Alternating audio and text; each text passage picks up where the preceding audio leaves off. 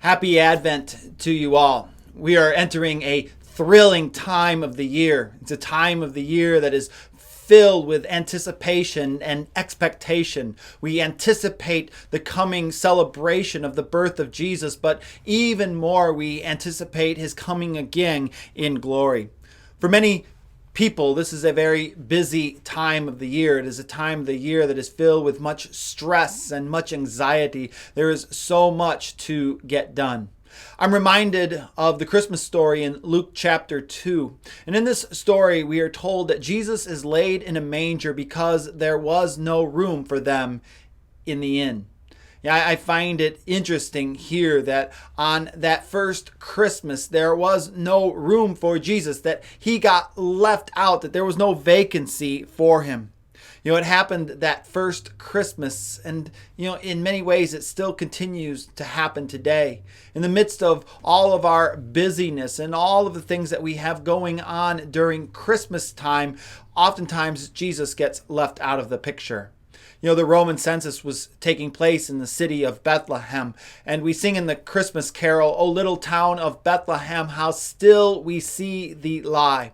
The truth is, the city of Bethlehem was doing anything but laying still. The city was busting at the seams, and there was much commotion going on, and all the while, so many people missed the mighty miracle that God was doing as he was bringing the Savior into the world.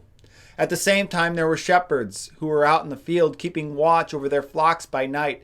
And it was to these shepherds in the quiet fields that God chose to reveal the coming of the Savior Jesus. And it was the shepherds who were able to witness the mighty miracle of Christmas while everyone else missed out on it.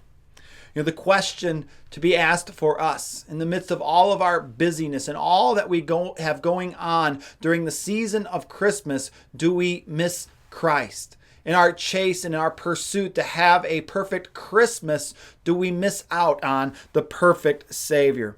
More than anything else, Christmas is about the presence of God and recognizing and receiving the presence of God. After all, Jesus came as our Emmanuel, which means God with us.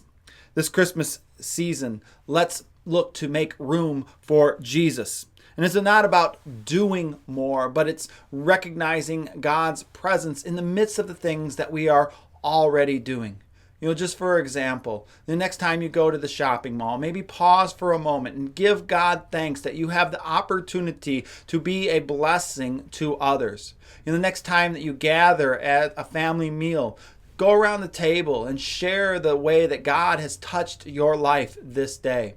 Or maybe you have a family gathering with friends and relatives. It's an opportunity to pursue forgiveness and reconciliation in the spirit of what Christmas is all about, as God chose to send Jesus, the Savior, into the world to bring his forgiveness and to bring his reconciliation. Hey, I pray you all have a wonderful Advent and Christmas celebration. We will look forward to seeing you again next week.